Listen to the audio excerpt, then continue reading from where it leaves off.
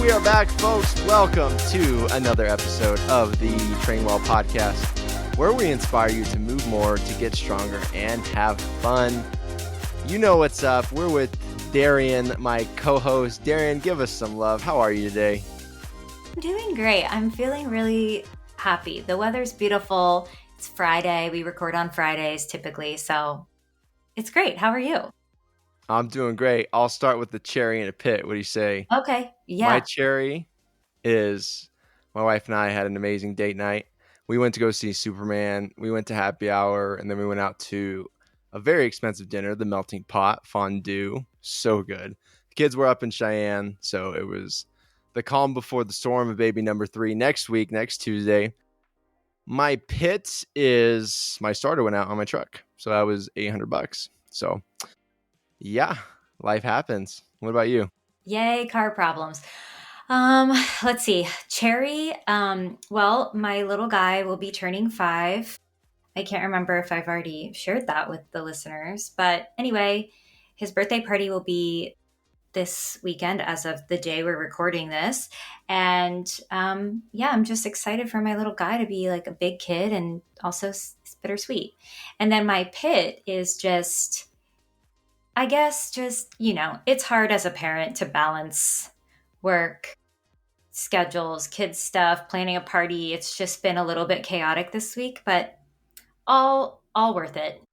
Well, make sure you go back yourself and listen to our stress management series, so you can come prepared with how to navigate those situations. Yeah. Great idea. Because I have had a lot of stress recently. I feel like I've just been cleaning up mess after mess. It's my whole life. It's all I do. Clean up Remember, messes. though, you said you got to just let it go, right? I know. Just let it go. I surrender. There'll be time. Yeah, I surrender. It is my life. Well, regardless, today we're talking about a very fun topic, and this was Darian's idea, folk. This is a great topic, okay? And I think you guys are going to be laughing. I was kind of laughing when I was looking at this list originally, but today is your cringiest, your most embarrassing fitness questions answered. We're going to bring you 5. We're going to go in detail, share some stories, make some jokes with these 5 questions. So, number 1, Darian, I'm going to kick us off. You ready? I'm scared. I'm cringing, but shame can't live in the light, as Brene Brown says. So let's do it. Live in the light. Okay. Darian, what do I do if I pee a little bit when I lift or I jump? Yes. Okay. So I do like this question. I know, okay, pelvic floor issues can happen to everyone, male, female, doesn't matter. Everyone can struggle with pelvic floor issues. However, we are typically hearing about this quite often with our female clients. And there's a number of reasons. Of course, if you're pregnant or if you've had babies, there's a lot of pressure that's on the pelvic floor. And so a lot of women after pregnancy have pelvic floor issues, specifically incontinence, peeing a little is one of them. You can have this before, depending if you grew up lifting or a lot of times doing gymnastics, and that intense, pounding back onto the ground regularly can cause pelvic floor issues. So while it is very common, it is not normal to leak urine during activity. So it is something you'll want to address. So you'll want to address these things with, pelvic floor exercises, potentially seeing a pelvic floor PT if it's something that's really bad or really bothering you. So there are definitely exercises you can do. But I would suggest this. If you are a female, this will be a little easier. Just wear a pad to the gym. If, a panty liner to the gym. If this is something that happens to you regularly, it will just give you peace of mind. That way you can kind of go about your workout and not have to worry about the embarrassment of that happening quite as much. So that's my response to that. I'm going to ask you another question because you're a pelvic floor expert, right? Mm-hmm. Talk to us about the relationship between the pelvic floor and the diaphragm. Yes. Okay. Thank you for bringing that up. That's really important. A lot of times, many times, one really good place to start with pelvic floor issues is just simply breathing properly, doing diaphragmatic breathing. So that Simply that means you're breathing into your ribs and not breathing just up into your chest. So we want to be expanding the ribs and the belly when we breathe and inhale. And when we inhale, the diaphragm goes down, moves down, and the pelvic floor moves down. When we exhale, naturally, pelvic floor lifts, diaphragm lifts. So we want to make sure that we're controlling our intra-abdominal pressure through doing diaphragmatic breathing. So especially if this is an issue for you, we're not holding our breath during lifts. We are breathing through. So for example, if you're doing a squat, inhaling on the way down, exhaling on the way up, because coming up is the hardest part of the movement. So that's just one example of using breathing techniques to your advantage to help with some pelvic floor issues there. Okay, so next question. What we got? Okay, let's do this one. Now, I don't think this one's like super embarrassing or whatever, but I think if it's happening to you in the gym, it can feel embarrassing. Is it normal to get dizzy after or during a workout, or like that feeling that you're like gonna pass out? And I know like that's happened to me specifically after deadlifts. And in the moment, you kind of feel like, oh my God, am I gonna pass out? It's kind of embarrassing. So, how can people address this? Is it normal? It is extremely, extremely normal. I never understood dizziness as the same as lightheadedness. And I'll never forget when a long time ago, one of my clients said they were dizzy. And I was like, you only get dizzy with like, inner ear problems, or I spin you around. I'm like, is this person like having a heart attack? And so I remember like freaking out and being like, oh, well, he's just referring to he's lightheaded. So the solution there was, we got him on the ground and put his feet up, and he was fine. But yeah, it's very, very common because we have this thing called blood pressure. You ever heard of it? I've heard of it. Blood pressure, right? Especially when you lift, right? You can get a very sudden change in this blood pressure. For example, like if you deadlift heavy, we were talking about deadlifts earlier. Mhm. You're systolic, okay? With that's your top number, right? That can get over like 200 and like 20. I've heard stories, right? Like really cringing, right? And that's what causes. And we talk about cardio and heart rate and whatnot.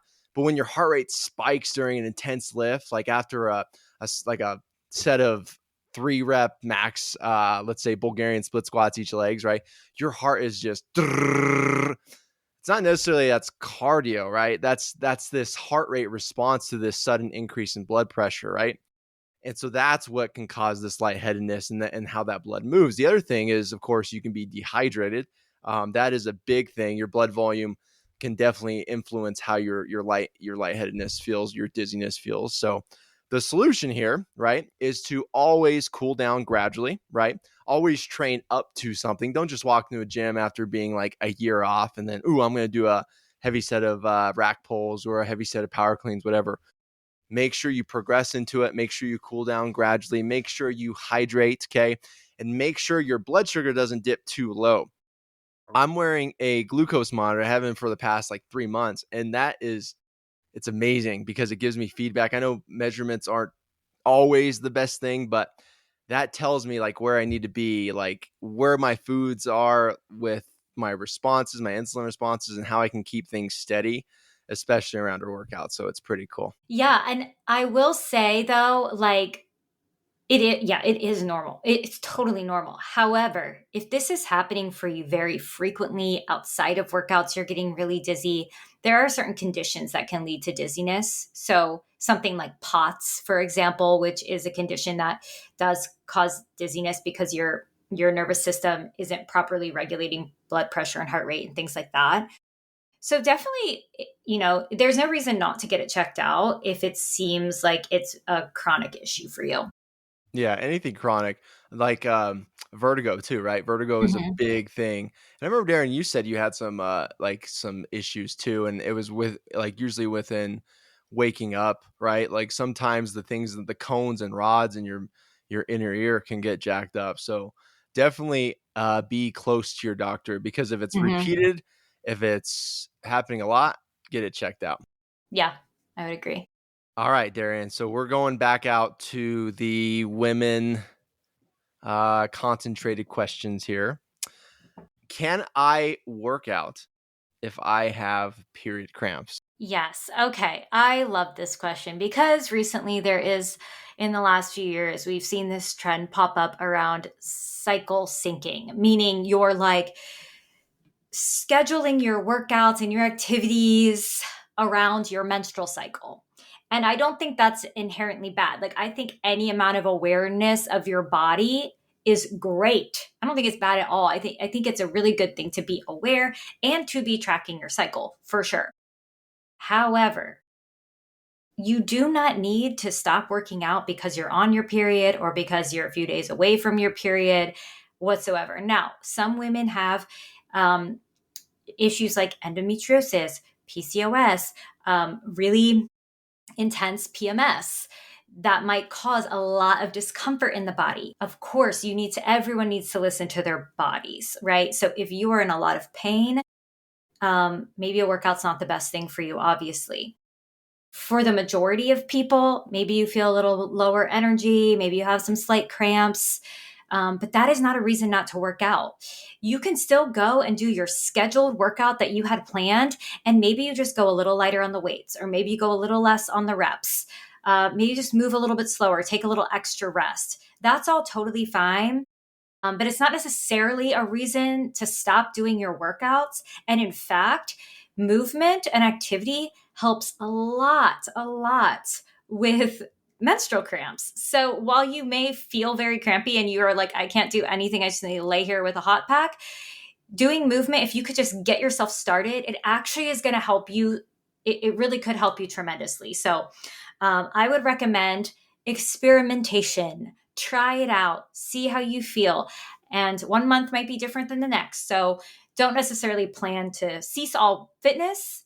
Just kind of listen to your body and go from there. Well said. Would you agree that in the whole menstrual cycle that women have certain episodes where they feel stronger during the month? Yeah, I think that people may notice that, right? Like there may be times in your cycle that you notice I'm super high energy, I feel great, I feel amazing, and again, that's different for everyone. Now, these things you can kind of maybe you can predict a little bit more based on where you're at in your cycle. So, for example, there's 4 different phases throughout the month of your cycle. And a lot of people may experience certain similar symptoms in these phases, but it really will be different for everyone. So, like, for example, when you're in your follicular phase, this is like typically, again, different for everyone. Day 6 to 14 is when you might feel that you can go all out. This is like right when your period ends. So maybe that's true for you. However, I will say, speaking from personal experience, I have not tied my energy levels to my cycle in the sense that, like, I don't necessarily notice that I feel higher energy during the follicular phase or lower energy during the luteal phase, which is when a lot of people tend to feel that lower energy drop. Like, that might be a time for more gentle movement. That's like right before you get your period. So, like, that may be true for some, but it might not be.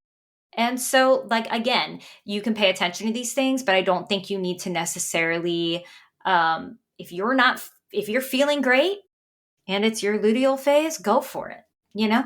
That the reason why I asked that is because in strength and conditioning, and I know everyone out there is not like track and field athletes, but I think this is worth noting.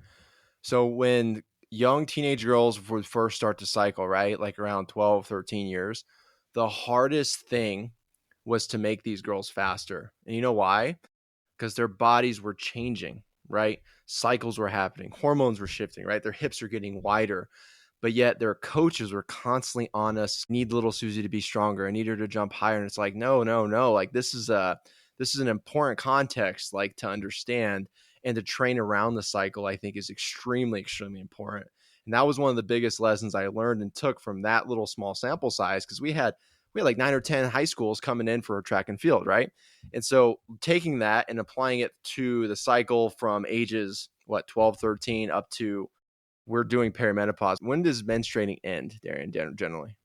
Well, it's different for everyone. It's, Give me it's a range. very dependent. So usually around, I mean, like 55, 60. Okay. So that period, right? It's important for that person to really keep that in mind with training, because every month's going to be different. Every workout needs to be centered around that. So tell your trainer, hey, I have this. Don't be embarrassed, right? I think it's a sign of trust when you share that with, because in my clients, they've shared that with me. Hey, I know I'm going through this, whatever. So I pivot the training around that. It's only going to make the experience better too. And that's why we have recovery weeks. That's why we have deload weeks. And that's why we know when to push the gas when we need to, for sure. So thanks, Darian. Yeah, absolutely.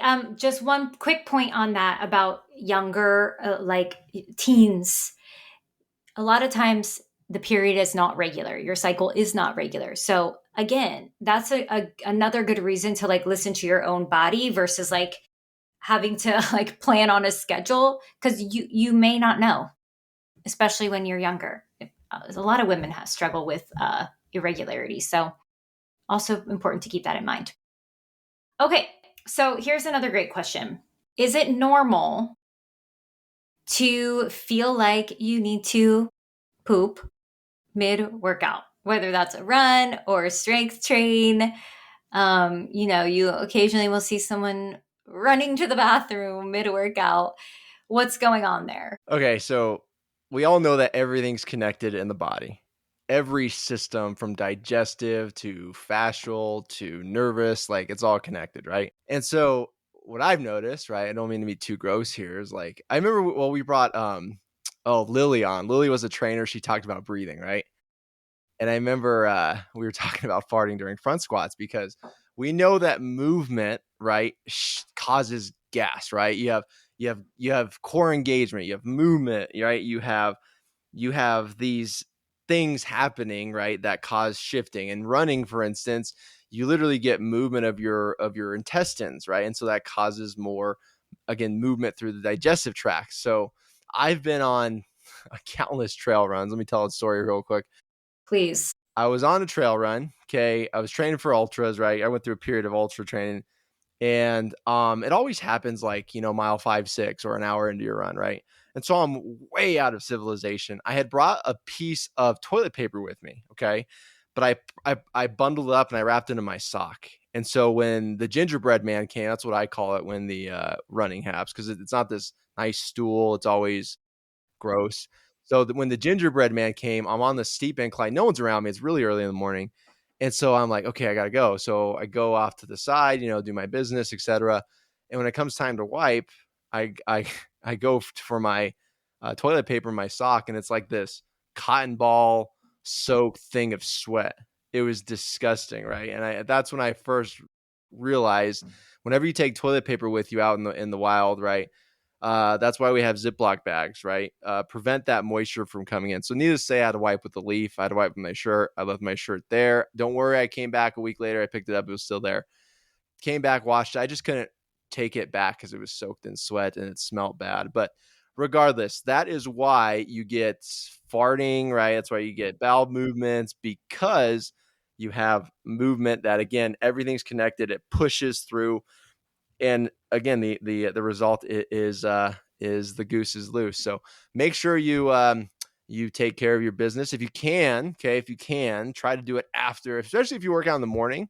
Try to do it after your morning bowel movement, but make sure you take that in consideration when you go to the gym next. Please do it for Yes. do it for the people around you as well. Yes. Set yourself up for success, like, if you're drinking a whole bunch of coffee in the morning and then you're going right to the gym, like that could be a recipe for disaster. Give yourself enough And time. and trigger foods, right? Trigger foods, high fat, high fiber, avoid those. All right. All right, D, gotcha. You ready? So Yeah. we were talking about this earlier, and I didn't think this was a real thing. But since we're kind of talking about the cringy stuff, right? Is Mhm. it normal to get aroused during certain workouts? Is this a thing? Okay. I can tell you from, unfortunately, personal experience Ooh. that this is a thing, but it prompted a lot of research on my part because I was like, what is going on here? I hate to talk about something like this on a podcast, but you're going to do it anyway because, there's people out there who are going to really benefit from this and like you're not alone. So here's the thing. Or exercise induced orgasms are real. And for some people they're like, "Yay, let's go." For others they're like, "No, thank you" on the orgasm at the gym. I tend to be on the no thank you on the orgasm at the gym side of things, but it can happen. And the reason it happens, it's not because, you're getting turned on at the gym necessarily. Maybe some people are, but it's because when we're doing things like extreme um, core work, so exercises that really work your core, for example, planks, sit ups, crunches, um, even like hanging from a pull up bar, doing pull ups, these things activate the core so much. And the pelvic floor is part of your core. So when the muscles are activated, intensely activated over a period of time, that can cause an orgasm because an orgasm is the rapid contraction of the pelvic floor muscles. So that is what, and in this case, it's the exercise engaging those muscles that is causing that activation. So while it is maybe a little embarrassing or uncomfortable when this happens to you, if it happens to you, it is quite normal in the sense that like it makes sense that this would happen and it happens to people. You're not alone out there. And I'll tell the story. I was Boy, eh, boy. I'm scared. I know. Don't I'm not going to go into graphic details or anything, but I was doing a competition at the gym with a bunch of people in the class, and I was leading the class. It was a fun competition. We're going to all see who could hang from the bar the longest. And I start to feel a sensation, and at first I'm like, what is going on? Like it's a weird feeling in my lower abdomen. And I was like, I will not lose. Obviously, Joey, you know me. I'm not going to just drop down because of a weird sensation. And, it happened. And I just rolled with it. I just kept a blank face, kind of just nothing weird over here. That was that. You know what? But then I finally realized, I get it now. I see. So you know what? I just avoid hanging on the pull-up bar for like extended periods of time, and it's never happened again after that because I know the trigger now. There you go, folks. There's the title of the episode: Hanging Your Way to Enjoyment and Pleasure. Oh my gosh. Okay, should we do one more embarrassing question? Hit me. Okay. Is it weird to stare at yourself in the mirror while doing exercises? And now, I honestly, like, you Oof. always see that dude or that girl, but let's be honest, it's mostly a dude who is just like posing in front of the mirror, like, to bring it back to the last question, getting off on their stuff, like, just, is it weird? You know what's funny about that is it's usually in my experience it's the opposite. It's the women. It's the What? women No. who are looking in the mirror and then they take the selfies and then they're wearing the bright w- pink or green shorts, and like it's a mess. But I can go on a rant with this. Long story short, okay. Don't like I never thought mirrors were a useful tool ever. Matter of fact, in our gym we Agreed. had 10 years, we didn't have a mirror at all. I We didn't have agree. mirrors. And when you're doing even complex lifts like the Olympic lifts, right? Snatch, clean, jerk, they do not want you looking at the mirror. They want you to get so familiar with where your body is in space. That's called proprioception, where your knee are, where your hips are, right? They want you to be a master at that because that's real life. You don't have a mirror with you. Oh, I need to keep my knees out here and whatnot. And so I always thought mirrors were a bad thing. Now in rehab, okay, if you're in physical therapy, I think mirrors are amazing. But when it comes to this vanity promoted thing, I think that is total BS. And I can go on a rant about this. I never thought I still don't think mirrors are helpful even with correcting for form. You know why? Is because you always risk where your head is moving in space, especially when you're looking at yourself. Okay, especially under a load like a barbell. On a body weight movement, again, that's why it's safer in rehab. I think it's appropriate. But I mean, really figure out where your body is in space. That is going to pay you dividends over the long haul for sure. But long story short, I think it's inappropriate to look at yourself in the gym. I think it's inappropriate to prioritize vanity over performance. So listeners, beware of the mirror. I fully agree with you, Joey.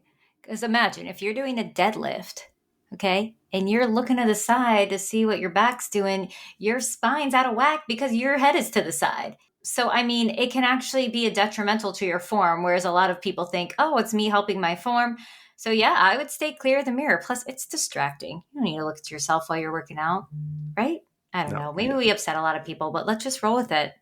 All right. I hope everyone didn't turn this episode off because it was too cringy. I hope you made it the whole way through. We appreciate you listening. If you have embarrassing questions to ask, please send them in. We will keep you totally anonymous, but we'd love to answer your embarrassing questions. So, as always, everyone, please check our show notes for a link to try Trainwell for 14 days completely free. Meet with your personal trainer, and they could also answer your embarrassing questions as well. We'll be back next week, guys. And remember, if you want to challenge Darian to a hanging pull-up competition, you can do it. But no. Talk to you next week. Adios.